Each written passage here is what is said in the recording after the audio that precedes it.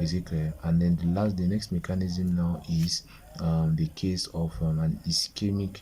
You have a thrombotic microangiopathy, and you have also an ischemic acute tubular necrosis. So those are the two major mechanisms via which hypertension can result to an acute kidney injury.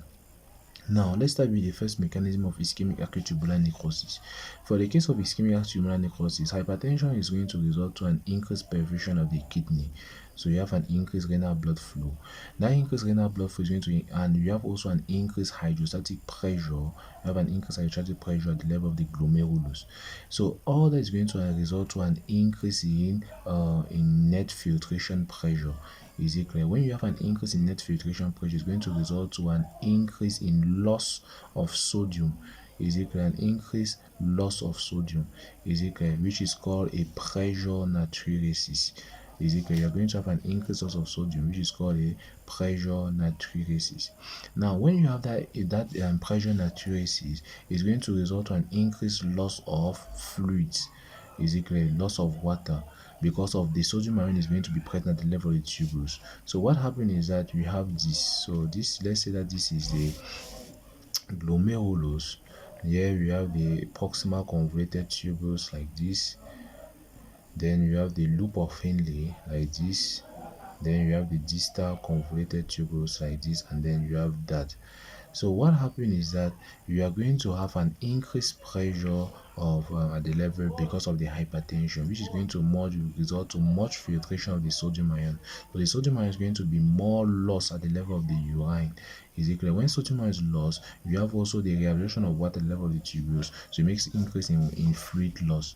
So now when you have an increase in fluid loss, now it's going to result down to a reduced renal blood flow, and the reduced renal blood flow now is going to result to a further increase in blood pressure, because there is going to be a RAS system activation. Is it clear? By a so all this reduction in renal blood flow is now resulting to what is called a pre-renal acute kidney injury. Is it clear? And then later on, when you have again more blood pressure, is going to more increase in blood pressure is going to increase again back the renal blood flow, which is also going to increase the pressure, and all that is going to come back in order to reduce the renal blood flow and then increase the blood pressure. So there is going to be a point at which when it's going to come at this level, there's not going to be any other compensation mechanism, and then the kidney is going to fail. Is it clear? You have now kidney failure by called acute kidney injury, and this acute kidney injury occur now by ischemic acute tubular necrosis. Is it clear? These tubules, normally the tubules are going to be perfused by the peritubular capillaries. Is it clear? Since there is going to be much loss of sodium ion, the tubes are not going to perfuse again those peritubular capillaries. Is it clear? And then the tubules are going to necrose by mechanism of acute tubular necrosis. Is it clear? So that is the mechanism, the first mechanism via which you can have an acute kidney injury. Now, the second mechanism via which you can have an acute kidney injury can be a thrombotic microangiopathy. A thrombotic microangiopathy. Now, what happens in thrombotic microangiopathy?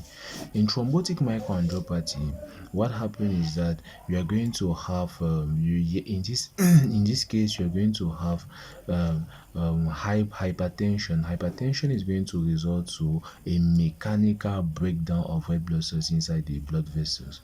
So you are going to have a mechanical, since the red blood cells are going to move at a very high speed, you're going to have mechanical collision of the red blood cells and hemolysis of the red blood cells. So you are going to have mechanical intravascular hemolysis.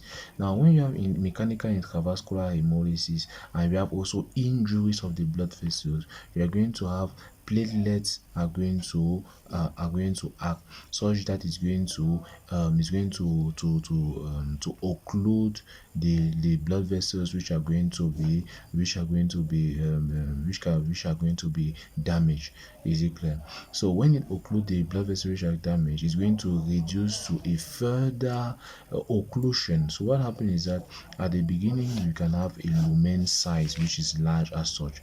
When you have red blood cells which is going with a very high speed, what happened at the beginning is that this high blood pressure can going to result to endothelial damage. It's first going to result to minor endothelial damage.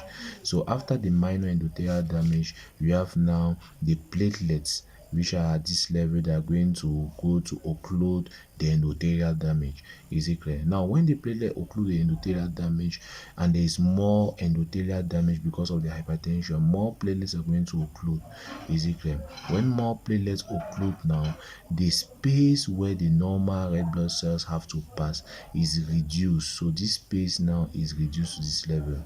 Now, when the red blood cell space has reduced, what happens is that the fast speed at which the red blood cells are going to come, and they are large as such, you cannot pass through this small space, it now results to hemolysis. It results to hemolysis and the destruction of red blood cells. And that hemolysis now is going to result to the destruction of the kidney, because hemoglobin, you need to know that hemoglobin is a bad product for the kidney. That's why hemoglobin is not left inside the blood. Every time that you have breakdown of red blood cells, it's always going to result to a storage of the heme, and the globins can is going to be storage of heme, and then the bilirubin is going to move at the level of the the liver. Is it clear? So all this is going to be broken down. So when you have an intravascular hemolysis, the hemoglobin in blood increases. When you have an increase in hemoglobin, you need to know that what the tubules are going to be damaged when you have an increase in hemoglobin. Is it clear? And when you have that tubule damage, the tubule is damaged by a mechanism of, you have one, that mechanism is going to be called a toxic acute tubular necrosis. Is it clear? It's going to result to the damage of the tubules. Is it clear? Now, that is the one mechanism via which hemoglobin can result to damage. Now, the second mechanism via which a thrombotic microangiopathy can result to that is that what? In thrombotic microangiopathy, you have also a reduction in this space.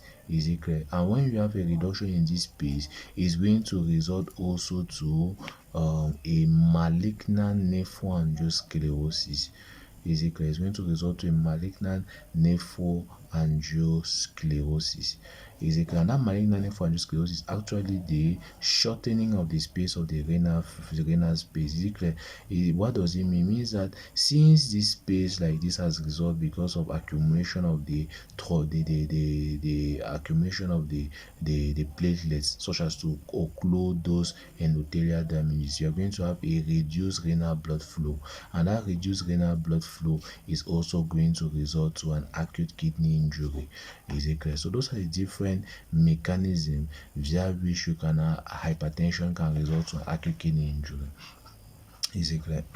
Now we are going to see now the signs and symptoms. So those are the pathophysiology with respect to hypertension. Is it clear? Now we are going to see now the signs and symptoms of the hypertensive complication of preeclampsia.